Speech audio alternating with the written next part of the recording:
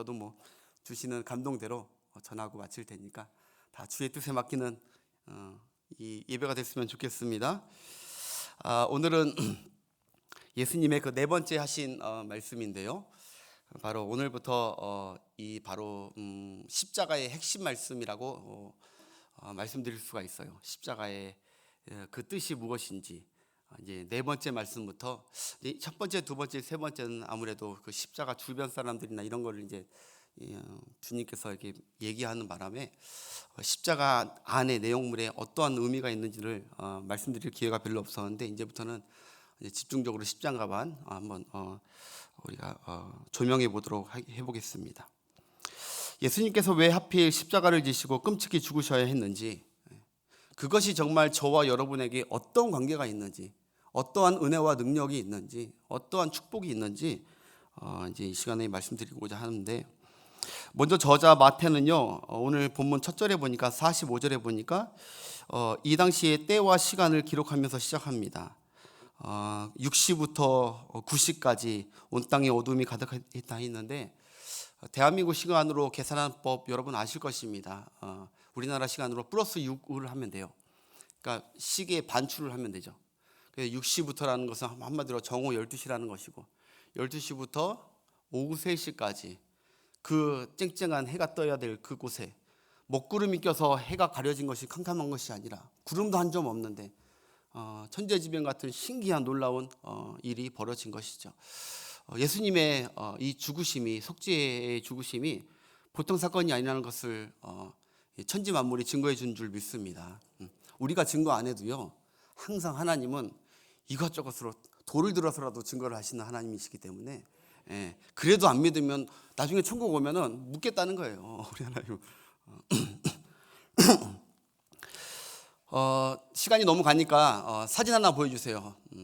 이 성금요일 날은 과연 예수님의 행적은 시간이 나온 김에 타임테이블을 한번 딱 보자면 밤새도록 지난밤에 잡히셔서 가야바 법정과 공회에서 우리 주님께서 신문을 받으시고 잠 한숨 못 주무시고, 그리고 그들에게 끌려가가지고 오전 8시에 빌라도 법정에 6월절을 맞이하러 온 사람들과 함께 많은 공중들 앞에서 판결을 받죠. 바로 십자가 판결을 받습니다.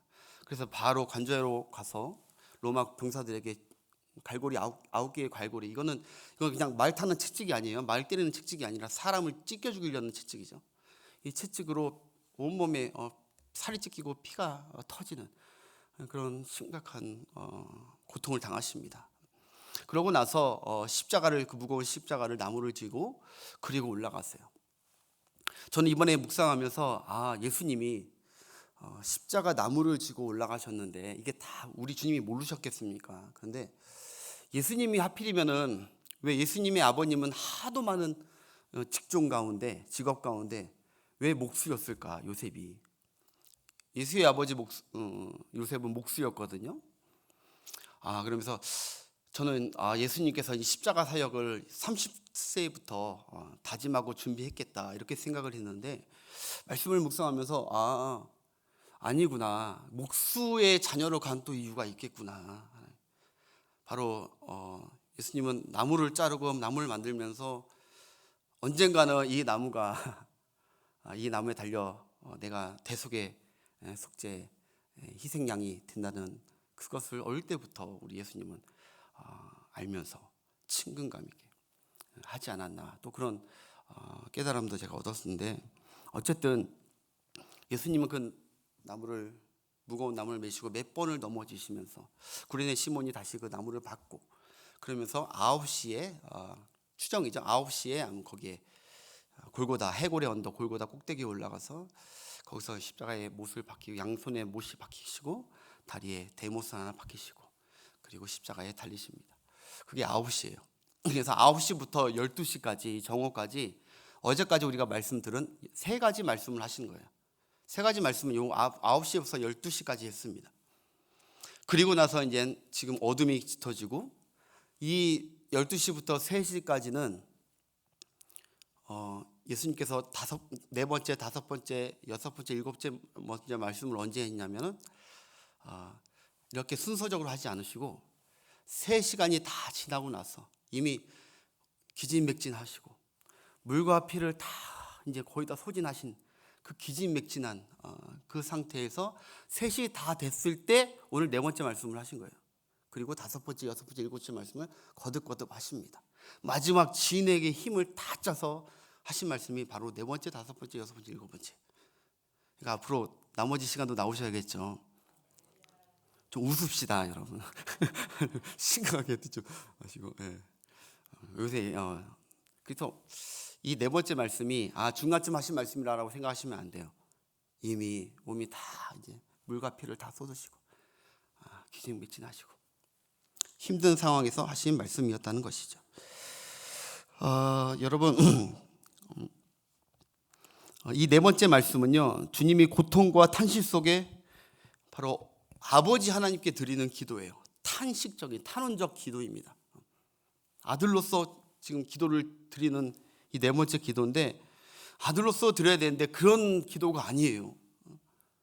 바로 이렇게 이제 엘리 엘리 나마 사막다니라고 해요.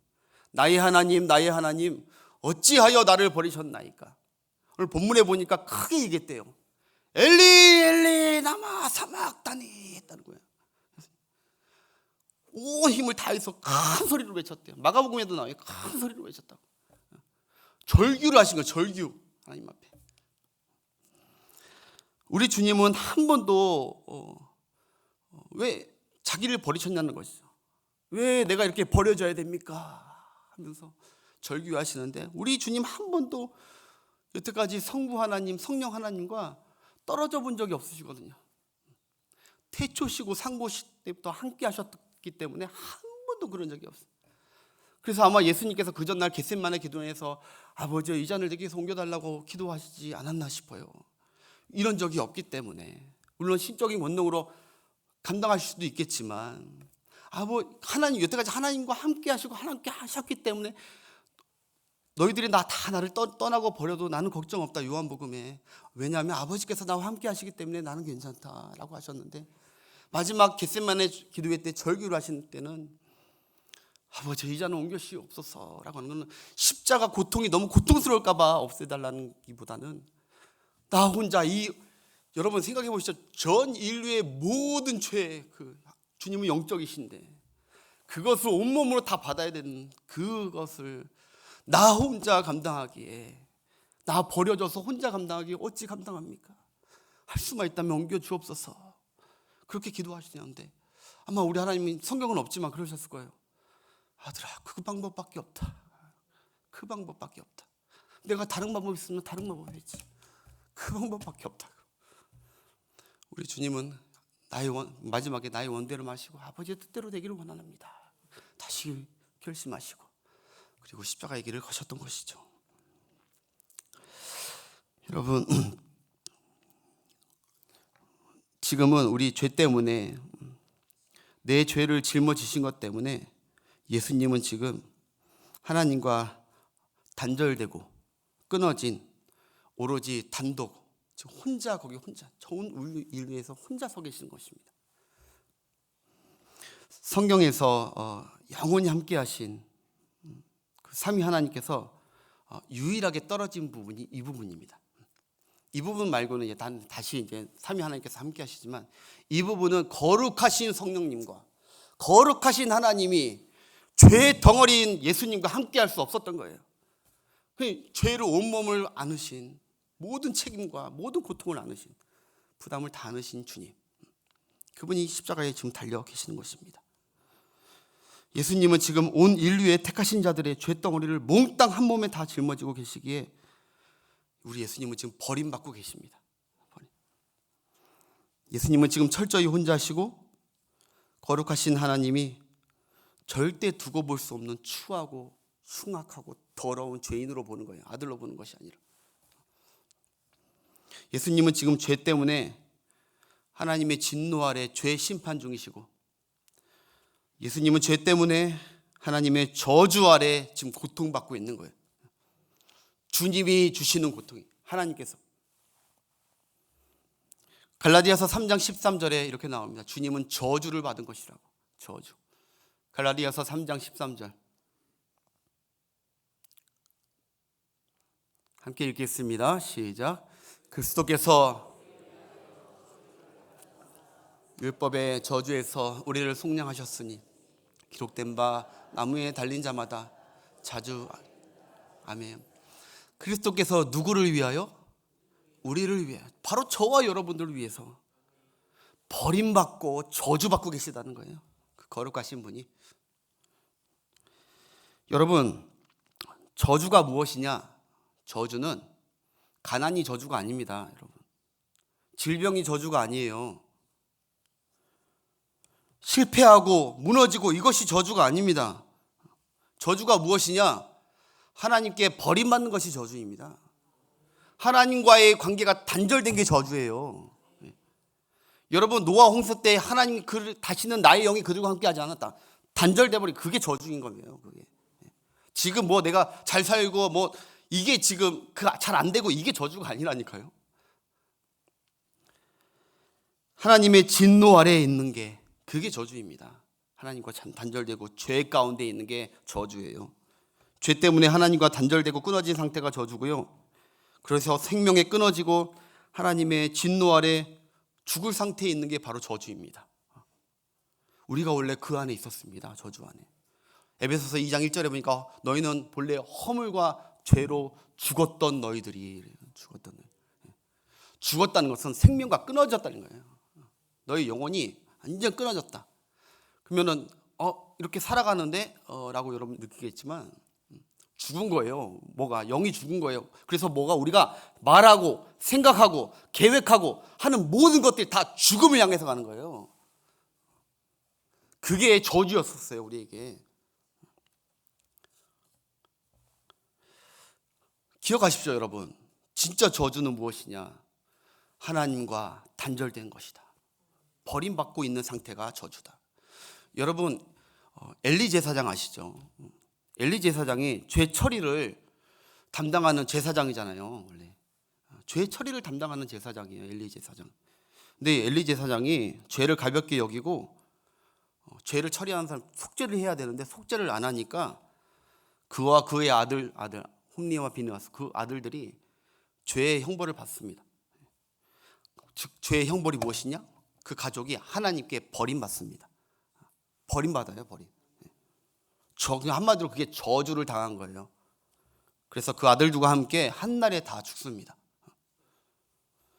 그래서 그때 아시잖아요? 며느리가 애를 낳았는데 그 애 이름이 죽는 날 그날 며느리가 애를 낳았어요. 애 이름을 뭐라고 했죠? 이가봇, 하나님의 영광이 떠났다. 하나님이 버렸다 이 뜻이.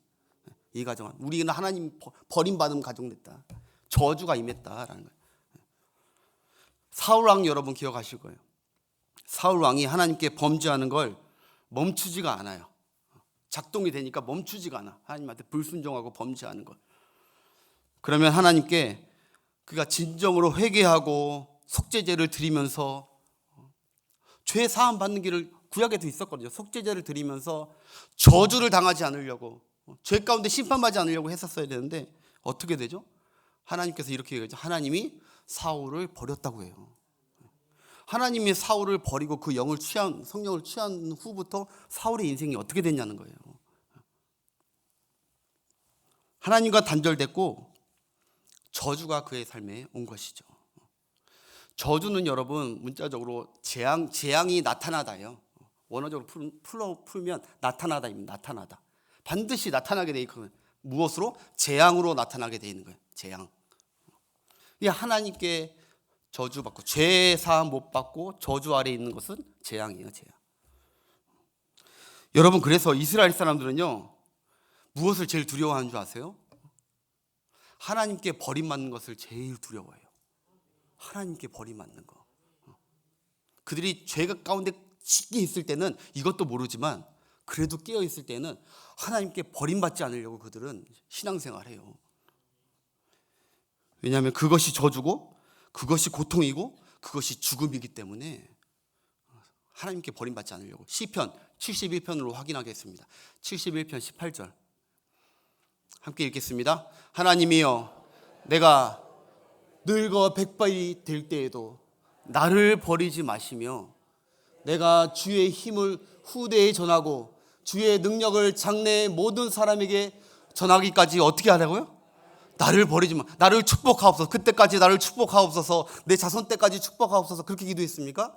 안 했습니다. 뭐라고 기도합니까? 나를 버리지 마시고 내 가정을 버리지 마시고 우리가 주를 버리지 않게 하옵소서. 그 뜻 아닙니까?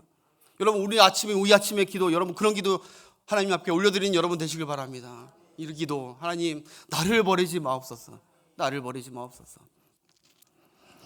여러분, 예수님께서 지금 가장 고통스러운 것은 하나님께 버림받고 있다는 저주예요. 예수님은. 그래서 괴성이 나오는 거예요. 어찌하여 나를 버리시나이까? 내가 어찌하여 이렇게 가장 큰 저주를 받나이까? 하나님께 버림받는. 여러분, 지금 예수님은요, 나의 하나님 이렇게 했잖아요.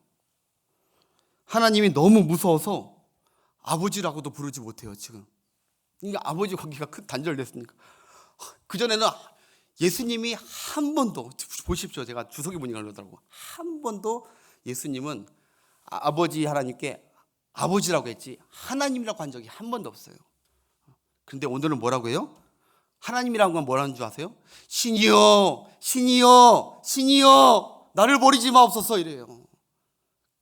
주님과 함께였던 우리 하나님과 함께였던 우리 주님이 아버지라고 못 부르고 두려워서 신이여 이래요. 신이여. 우리 주님께서 누구 때문에 이렇게 저주를 온몸에 받고 계십니까? 바로 저와 여러분 때문입니다. 우리가 우리의 죄로 버림받아야 하는데 주님이 버림받으심으로 우리가 택하심을 받았습니다. 원래 우리가 버림받아야 되는데 버림받았던 자들이었는데 우리 주님이 대신 대표로 버림받으셔서 누구든지 주 예수 그리스도를 믿으면 버림받는 자가 아니라 택함받는 자, 하나님의 자녀가 되는 은혜를 입게 된 줄 믿습니다. 우리가 얻은 은혜가 바로 이런 은혜라는 거예요. 우리가 찬송해야 될 것은 다른 찬송이 아니라 바로 이 찬송을 해야 된다는 거예요.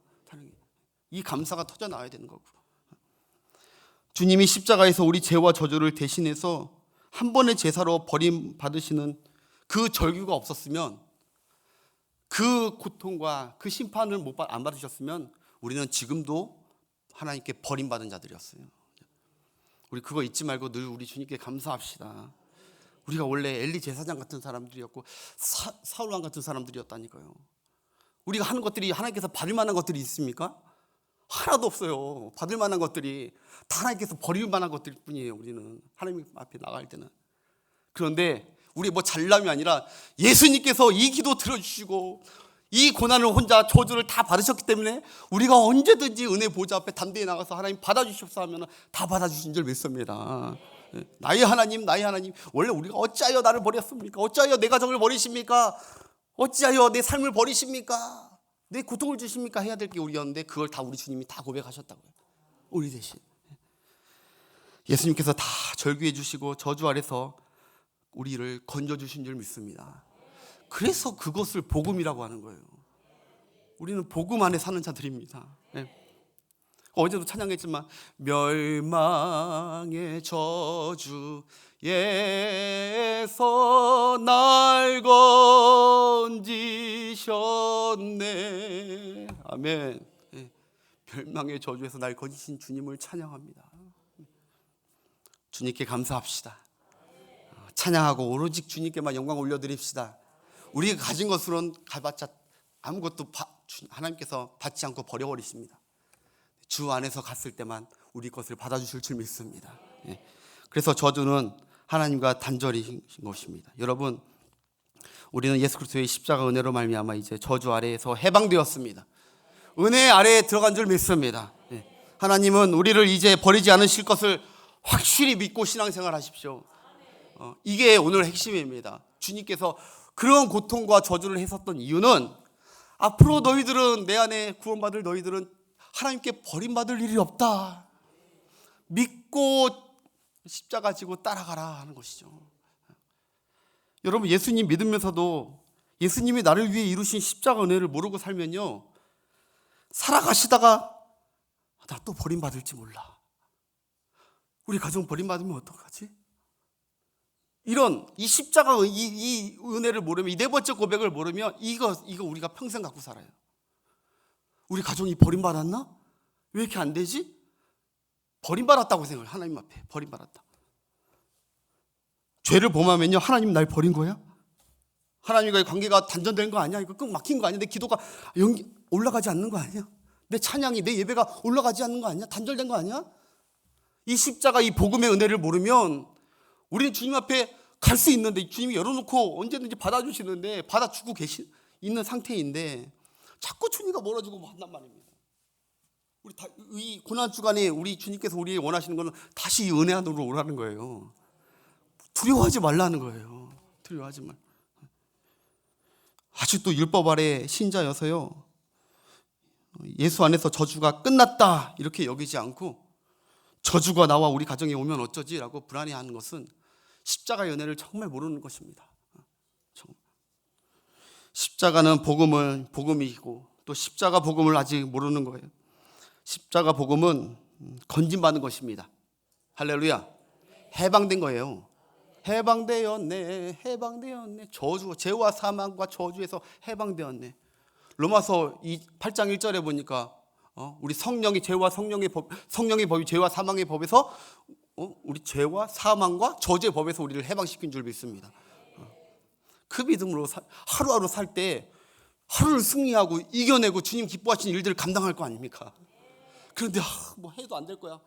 하나님이 다 막아놨을 거야.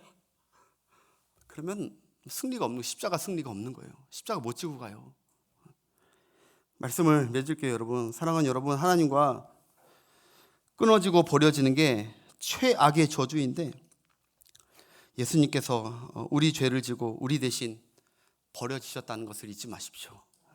그 버림이 값어치 없고 별로 쓸모없다고 우리 주님이 여기시지 않도록, 주님이 한 번에 그 놀라운 일을 이루셨구나. 나와 내 가정은 예수 믿으면 우리 가정은 절대 버려지지 않는다. 주님을 위해서, 십자가만을 위해서 앞으로 가리라 전진하고, 사도 바울이 그 신앙 아닙니까? 날마다 자기 안에서 애통하지만 가는 거 아닙니까? 이 신앙으로 다시 일어나서 로마서 8장에 여러분들도 이번 고난 주간을 통해서 후퇴하고 뒤로 가는 것이 아니라, 하나님은 나를 받아주시고 잘 되게 해주실 거야. 비록 안 되더라도 다 뜻이 계신 것이고 절대 버린 게 아니라는 거예요. 말씀만 확인하고 마치겠습니다. 우리 히브리서 13장 5절부터 6절. 히브리서 13장 5절부터 6절 시작. 사랑하지 말고 있는 바를, 내가 결코 너희를 뭐하고요? 버리지 않냐고, 너희를 떠나지 아니하리라 하셨느니라. 아멘. 그 다음 절. 그러므로 우리가 담대히 말하되 주는 나를 돕는 이시니 내가 무서워하지 아니하겠노라. 사람이 내게 어찌하리요 하노라. 할렐루야. 이 믿음으로 승리하시고, 갈라디아서 아까 13장 14절만 읽고 마치겠습니다. 3장 13절 14절 시작. 그리스도께서 나를 위하여 저주를 받은 바 되사 율법의 저주에서 우리를 속량하셨으니 기록된 바 나무에 달린 자마다 저주 아래 있는 자라 하였습니다. 그 다음 절. 이는 그리스도 예수 안에서, 첫 번째, 왜 그렇게 했냐? 왜 너희들 저주했냐? 첫 번째, 아브라함의 복이 우리에게 미치게 하도록. 할렐루야. 아브라함의 복은 하나님께서 중간에 딱 중단하지 않습니다. 아브라함의 복이 나간 것은 계속 나가게 해요. 버리지 않는다는 거예요. 그러니까 우리가 다 그 아브라함 복 받은 거예요. 그 복을 주기 위해서 저주 아래서 우리를 해방했고, 그 다음 두 번째, 또 우리로 하여금 믿음으로 말미암아 성령의 약속을 받게 하려 함이라. 아멘. 성령께서 우리를 떠납니까? 안 떠납니까? 성령은 하나님의 보증입니다. 약속의 보증입니다. 절대 안 떠납니다. 우리 신앙생활 하다가 안 되고 안 된다고 하지 말고 이 십자가 은혜 안에서 승리하고 오늘도 이겨내 가시는 여러분 되시길 축복합니다. 이 찬양하고 기도하겠습니다.